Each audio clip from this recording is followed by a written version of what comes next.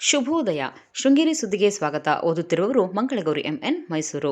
ಶ್ರೀ ವಿಶ್ವಾವಸುನಾಮ ಸಂವತ್ಸರ, ಉತ್ತರಾಯಣ, ವಸಂತ ಋತು, ವೈಶಾಖ ಮಾಸ, ಕೃಷ್ಣ ಪಕ್ಷ, ಅಷ್ಟಮಿ, ಧನಿಷ್ಠಾ ನಕ್ಷತ್ರ. ದಿನಾಂಕ 20/5/2025 ಮಂಗಳವಾರ. ಮುಖ್ಯಾಂಶಗಳು: ಎತ್ತರದ ಶ್ರೀ ಶಂಕರಾಚಾರ್ಯರ ಶಿಲಾಮಯ ಮೂರ್ತಿಯ ವೀಕ್ಷಣೆಗೆ ಅವಕಾಶ. ಸುದ್ದಿಯ ವಿವರ: ಪಟ್ಟಣದ ಹೊರವಲಯದಲ್ಲಿರುವ ಶಂಕರಗಿರಿಯಲ್ಲಿ ಸ್ಥಾಪಿಸಲಾಗಿರುವ 32 ಅಡಿ ಎತ್ತರದ ಶ್ರೀ ಶಂಕರಾಚಾರ್ಯರ ಶಿಲಾಮಯ ಮೂರ್ತಿಯ ವೀಕ್ಷಣೆಗೆ ಸೋಮವಾರದಿಂದ ಮುಕ್ತ ಅವಕಾಶ ಕಲ್ಪಿಸಲಾಗಿದೆ.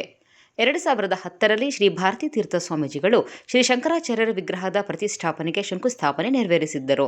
2024ರಲ್ಲಿಯೇ ಶ್ರೀ ಭಾರತೀ ತೀರ್ಥ ಸ್ವಾಮೀಜಿಗಳು ಹಾಗೂ ಶ್ರೀ ವಿಧುಶೇಖರ ಭಾರತೀ ಸ್ವಾಮೀಜಿಗಳು ಶ್ರೀ ಶಂಕರಾಚಾರ್ಯರ ಮೂರ್ತಿಯನ್ನು ಶಂಕರಗಿರಿಯಲ್ಲಿ ಲೋಕಾರ್ಪಣೆ ಮಾಡಿದ್ದರು.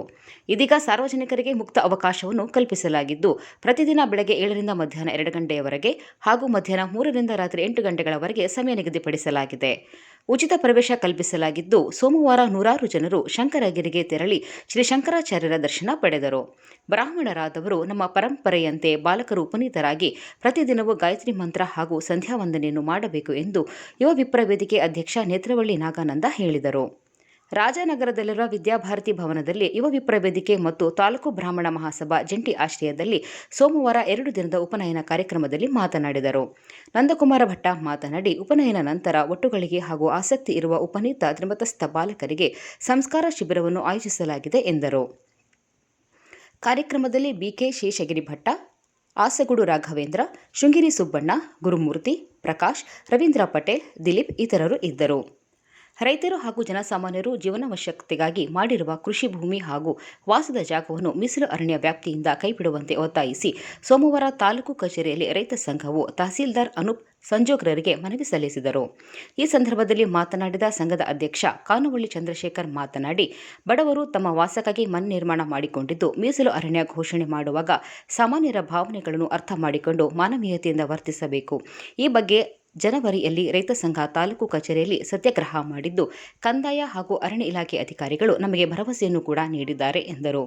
ಪದಾಧಿಕಾರಿಗಳಾದ ಕೆಲವಳ್ಳಿ ಗುಂಡಪ್ಪ, ಚಂದ್ರಶೇಖರ್, ಚನ್ನಕೇಶವ, ನಾಗೇಂದ್ರ, ಶಂಕರಪ್ಪ ಹೆಗಡೆ ಇದ್ದರು. ಮುಂಗಾರು ಪೂರ್ವ ಮಳೆ ತಾಲೂಕಿನ ಬಹುತೇಕ ಕಡೆ ಸೋಮವಾರ ಆರಂಭಗೊಂಡಿದ್ದು, ಕೆಲವೆಡೆ ಧಾರಾಕಾರ ಮಳೆಯಾಗಿದೆ.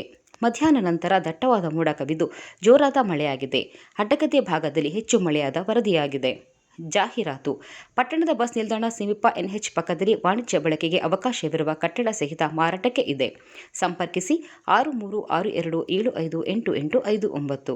ಸುದ್ದಿ ಸಂಪಾದಕ ಕೆಎಲ್ ಗೋಪಾಲಕೃಷ್ಣ, ಸಹಕಾರ ಕೆವಿ ರಮೇಶ್, ತಾಂತ್ರಿಕ ಸಹಕಾರ ಮಿಥುನ್ ಗುಡ್ಡೆತೋಟ ಮತ್ತು ಸೌಮ್ಯ ವಿಜಯಕುಮಾರ್. ಜಾಹೀರಾತು ಹಾಗೂ ಪ್ರತಿಕ್ರಿಯೆ ನೀಡುವವರು ಶೃಂಗೇರಿ ಸುದ್ದಿ ಕೇಳಲು ನಿಮ್ಮ ಹೆಸರು, ವಾಟ್ಸಪ್ ಸಂಖ್ಯೆಯನ್ನು 9448884381ಕ್ಕೆ ವಾಟ್ಸಪ್ ಮಾಡಿ. ವಂದನೆಗಳು.